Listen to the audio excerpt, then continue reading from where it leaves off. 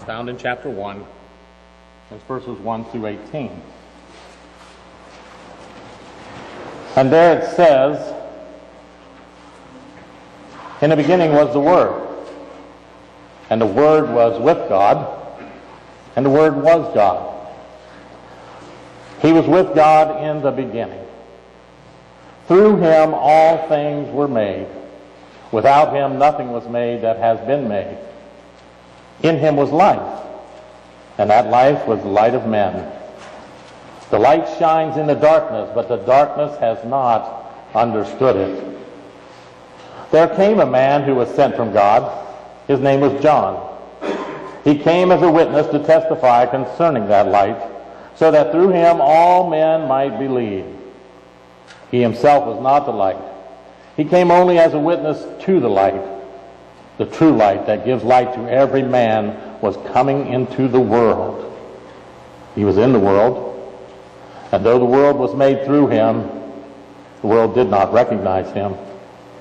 He came to that which was his own, but his own did not receive him. Yet to all who believed in his name, he gave the right to become children of God.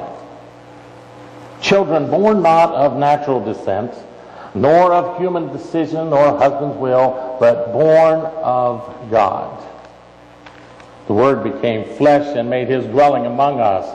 We have seen his glory, the glory of the one and only, who came from the Father, full of grace and truth."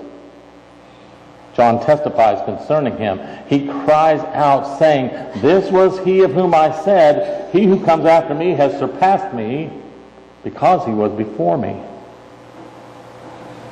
From the fullness of his grace we have all received one blessing after another, grace upon grace. For the law was given through Moses. Grace and truth came through Jesus Christ. No one has ever seen God, but God, the one and only, who is at the Father's side, has made him known. This is the word of God for the people of God. Thanks be to God. Now, in the Hebrew language, the term dabar, D-A-B-A-R, means both deed and word.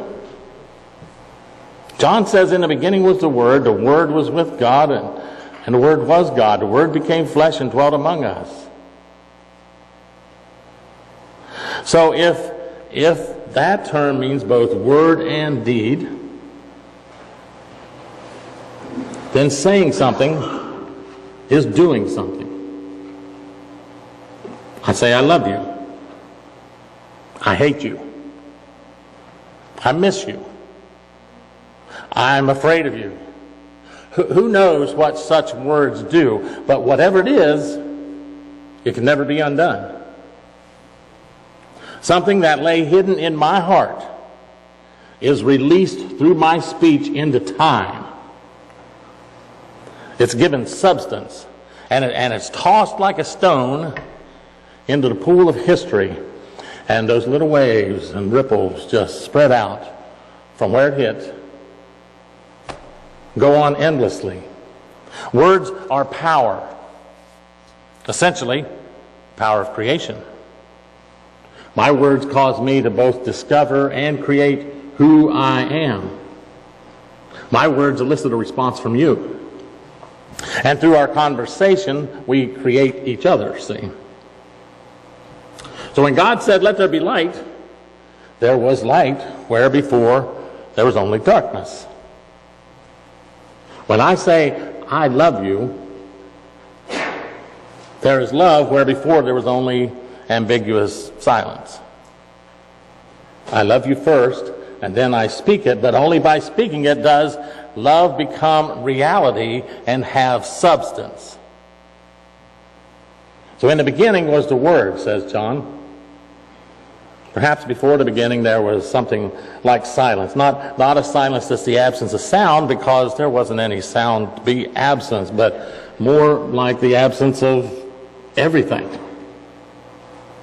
And then the Word, the deed, the beginning. The Word was with God, and the Word was God, said John. So by uttering himself, God made himself heard, and he made God hearers. And we're at that point in the calendar called Epiphany. And I wanted to share with you a couple of those that have happened to me in my lifetime. You see, when Pam and I first got married, we were poor. I had a job, a great job. I loved this job. It was I could be as creative as I wanted to be. I wrote commercials for WHIC TV. Wonderful job. Problem was, it didn't pay very much. You can tell I like to eat. They didn't work out together very well. Now I probably should go back to that job so I could take some of this off. Okay? So anyway, that led us on a journey. And like throughout all of Appalachia, you usually have to leave to go find something better. So we ended up moving to Marion. And I worked there for a couple of years, coming up through the ranks of a finance company. Got promoted to a manager. My first office was in Portsmouth. So I moved down there for a couple of years. Got promoted from that office to a larger one in Dayton. So I lived there for a couple of years. And there was something tugging at us. You know, every place we went, we met somebody we really, really liked. But there was something tugging at us. There was something saying, come on back home. And so we decided we would. And in January of 1981, we moved back home, moved to New Concord. I took a job with a bank in Cambridge. And so my wife's parents were in Senecaville, mine in Zanesville. We were right in the right spot, you know. The following December, 1981, Pam and I went and picked up my mom, and we went to a church in Roseville where my nephew was going to be in a Christmas play. And as we were going across the parking lot to go in, my mom kind of stumbled. And I said, "Are you okay?" She said, "I think so." We went inside and went up the steps, and she said, "I need to sit down." And when I took a look at her, we called a squad. And I tell you, I believe that she died right there in the church. As soon as the squad got there, she passed out, and she never came back. Now, I don't know why, because I had older brothers and sisters. My dad was still alive, but everything kind of fell to me to do, to set up an estate, get all the things taken care of. I was taking care of everybody else, and we got all that done. And 3 months later, my dad fell at work, broke a rib, and it wouldn't heal, and that's when we found out that he had cancer, and 6 months later, he died. So in 9 months, I lost both parents, and I had a teenage brother still living at home. So I became a parent. I didn't want to be a parent. I just wanted to be a brother. And I took all this, I did all this stuff, but I never really took time for myself to get rid of that grief. And so in February of 1983, I found myself standing beside my mom's grave. Rose Hill Cemetery. It's on one of those winter days where, you know, those gray flannel clouds just come in and they stay for months. You knew it was daylight because it was lighter out, but you never saw the sun for months on end because of those clouds always being there. And that's when it finally let go, and I was standing there beside her grave. And like countless others before me, I've heard, I looked up at that sky and I said, "God, if you're real," how many people have started out like that? "God, if you're real, I need to know that my mom is there with you." And I was looking down, and that's when, the tears were just flowing. And I suddenly became aware of this light. There was a shadow being cast from that tombstone to my feet. And I looked up at that sky, and there was this white light coming through those clouds. And as soon as I looked up at it, it just shut it right up, and it was gone. But I left there that day knowing. I left there that day knowing that where my mother was, and that I needed to get there. took me a long time before I ever told anybody that story. Funny part of it was, we were at the Duncan Falls Church then, and the pastor comes and asks us to go to these classes they were having at the district office in Cambridge about marriage and I don't even know what the rest of it was called, but the whole reason she asked us was because she wanted her husband to go with her, and he wouldn't go if nobody else was going. Okay, so we said, all right, Jennifer, we'll go. And wouldn't you know, we go there on Friday night, Saturday morning, he ain't coming back. So it ends up just me and Pam being at something we didn't even know was happening, didn't want to go to in the first place, and we're the only ones going. So we're in there, we're talking, and out comes that story 7 or 8 years after it happened. I mean, the tears were flowing again, and everybody was, they were just like, oh my gosh, what an epiphany. So, as we progressed on through this and took the lay speaking classes and doing different things in the church, I've had every position on an admin board in the church up there. We didn't have very many people at the time, so you just did whatever had to be done. Well,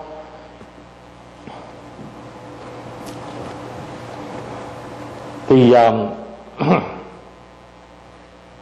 thing that I heard a lot, I had a lot of good teachers. There were 2 or 3 people in that church who were now pastors, and of course the pastor who was there, and they would talk about hearing God talk to them and what God was saying, and I'm going, why ain't I hearing any of that? Why do I not hear God talking to me? Everybody else does. Why is it always them and not me? So I started praying. And I prayed earnestly to get spiritual hearing. I prayed, God, give me spiritual hearing. I need to hear your voice. I need to know. Tell me what it is you want me to do. And little did I know that he already was. I just wasn't paying very good attention. So one night, I'm coming home from work. I needed gasoline. I pulled in. I fill up the car. When I get done, I go inside. I bought a bag of pretzels, and not 1, but 2 bottles of Orange Crush.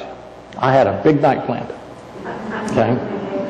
And as I get in the car and I'm leaving that place, I notice there's this car over here at the end of the lot, and trunk lid's up. Looks like a person's getting out of Jack's. And I pull out on the road, and this little voice, the advertiser calls it your reticular activator. That's the thing that causes you to recognize cars out on the road when you're looking to buy one. All you see is the one that you think you want. That's that little reticular activator. Well, this little voice says, why don't you go help that person? I thought, I don't even know what they're doing. I pulled out on the road. I drive down a little ways, get to the traffic light. It's red. I'm waiting to turn right. The little voice says, you got to go help that person. I thought, well, gee whiz, I got to drive all the way back up this way and back around down the hill again and over in here before we get to that. They'll be done before I get there. So I drive to the end of Richards Road to turn left on Chandlersville Road, and that voice says, I want you to go help that person. I thought, come on, man. They'll be done. They won't even be there when I get back. As I start down the road, I'm right in front of a church, and that voice says, I want you to go help that person. And I said, okay, out loud to nobody in particular because nobody there. It was just that loud in my head that I needed to go do this. So I turn into that parking lot, make a big U-turn, back out. I go back up the hill, up around this way, come down, pull in behind a car. There's a lady trying to change her tire. And thank goodness I got there when I did. She had the jack set in the wrong place. If she'd have raised that car up, she'd have pinched off those brake lines just sure as shooting and had a heck of a mess on her hands. But she was struggling, trying to get the lug nuts. And I said, can I help you? And she said, well, I sure could use it. So I got out and repositioned the jack so it'd be safe to lift and took the lug nuts off, and it started raining.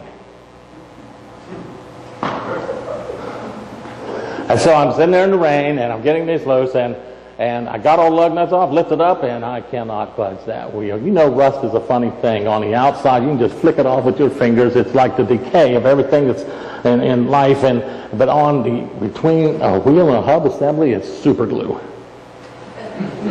I mean, it just welded on there like nothing going on. All I had was this little short tire iron. I just pounded on that thing and shaking that car. The wonder it didn't come off the jack.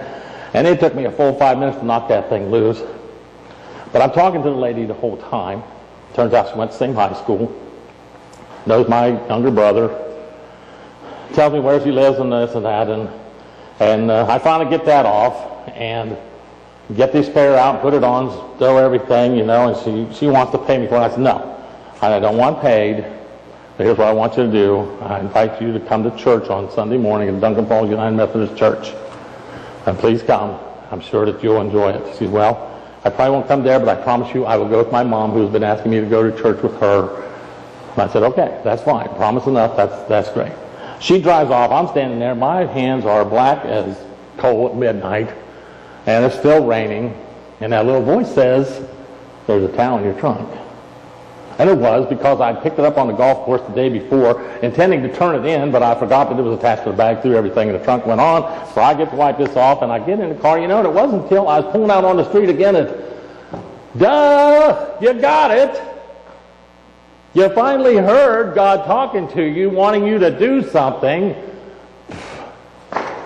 And I praised God all the way home that very day that goodness sakes, I've got spiritual hearing promising that I would listen much more intently to the urgings and listen for his voice and not ignore that anymore. And so, here I stand before you. My wife's a pastor at Lowell and Smith's Chapel, and here I stand before you having done this stuff. And I tell you, if it wasn't for that, I've got to tell you, I've got to thank God for continually trying to reach me. And we should be glad that he never gets weary of trying to reach any of us, or trying to get something across to us. Word after word he tried in search of the right word. And when creation didn't do it for us, we had the Garden of Eden. It had to be the most beautiful place this side of heaven. That wasn't good enough. And yet, every day, the sun comes up, the moon comes out, the stars are there. Every day, if we just saw these things one time in our life, we'd call them a miracle. Thank goodness that he doesn't tire of the monotonous. Every morning he says, do it again. And every night he says, do it again. And tomorrow morning he'll say, do it again. And up comes the sun, and we just go on about our business like that's the way things are supposed to be. Well, God tried flesh and blood when the creation part didn't work. Now, he tried Noah. He saved all of mankind by putting Noah on that boat. But Noah was a drinking man. We know how that turned out. He tried with Abraham. And I don't know, maybe Abraham's just a little too Mesopotamian for all of us, with all those wives and all those whiskers. And he tried through Moses, and Moses was very reluctant at first. He was very reluctant, said, can't you get somebody else? But then when he finally got it, he tried too hard. And he tried through David, but David, well, he was just a little too pretty for his own good. And then he sent John the Baptist with his locusts and his honey and his hellfire preaching. And I have the feeling that John might have worked out. But us Methodists, we have a sense of the ridiculous, and camel hair clothing is not in. Okay? And we also would like to have a balanced diet. And we know that fresh breath and dry armpits are crucial. So God tried one more time. He sent Jesus. The Word became flesh, according to John, of all flesh, this flesh. That flesh. Jesus, as the Word made flesh, means take it or leave it.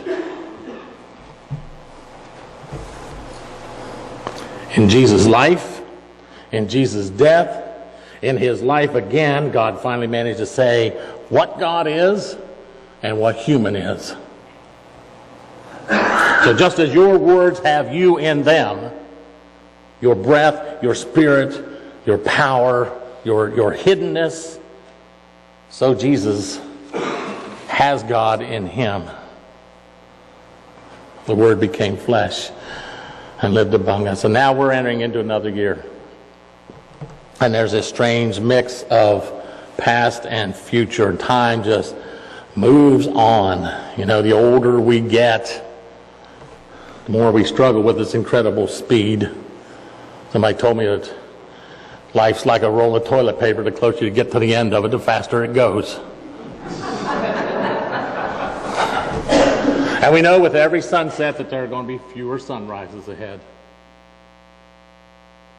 And yet, in this time that we live in, there's this staggering discarding of values once held, and this brazen confidence that overturning the past means moral progress. You take a look at the language of the political debates thus far. And this isn't even between parties. This is within parties, Democrats to Democrats and Republicans to Republicans and who knows what to who knows what. And it's just a sham and it's a shame. It's just it just seems like it's almost impossible to disagree without being disagreeable. Just another symptom of decay and destruction going on in our world. And what example does that set for our young people, and what does that set for our future? Another trend, too, responsibility for wrongdoing has little or no consequences to it.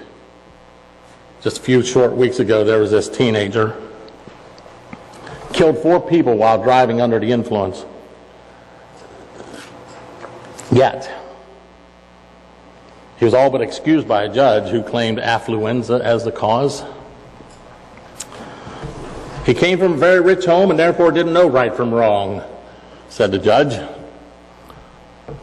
One can only assume that the judge had a similar upbringing, because impaired judgment seems to have wealth as its predecessor. But then this last week, a bunch of teenagers turned loose in a mall, run amok. A bunch of stores had to close because of the things that were going on. And their excuse, according to some, was that they came from such deprived conditions that they didn't know any better. So evidently both wealth and poverty produce the same amoral human beings. Then the host of the Miss Universe contest had to correct himself when he gave the crown to the wrong person. He says, "I take full responsibility." And you know, that has become a phrase, a euphemism for, okay, let's not talk about it anymore, that's enough. Upside down world in which taking responsibility means nothing brings the dawn of another year when the most prosperous nation in the world will express its judgment at the polls. Prosperity without moral reasoning, without responsibility, makes for a fearsome year ahead for us. Our hope always has to be in God. We live in a society that wants to redefine everything. You know, nobody sins anymore. Nobody lies anymore. We misspeak. We don't murder anymore. We abort. All these things. We think that if we change the meaning, it'll be better. Lighten up. Our hope must be placed in a living and sovereign God who watches over everything that happens at the right time, and we've got to pray that He brings the right person of His choosing to change the course of this country for the better. So in the meantime, we've got to pray.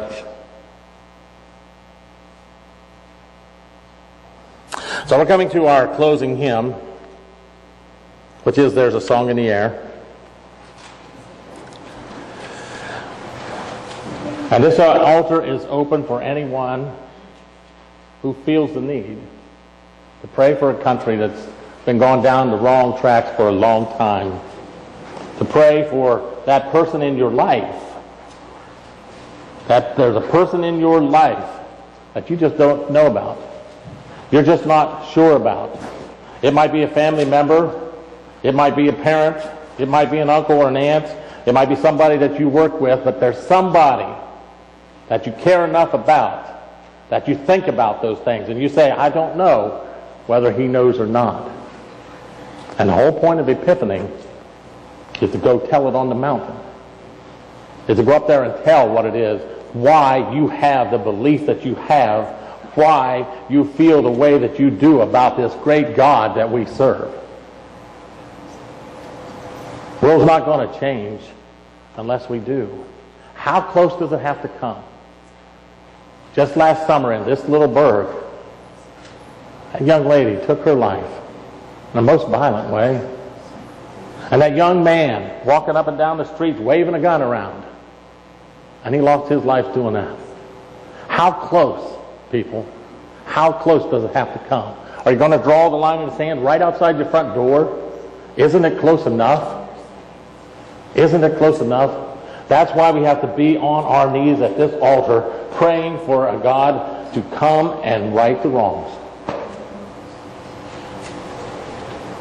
And pray for those people that you're thinking about, that you wonder about, that you just don't know about. And pray for yourselves that you have enough courage to speak those words to Him, to tell them about what you found out, how you found God, what He's done in your life.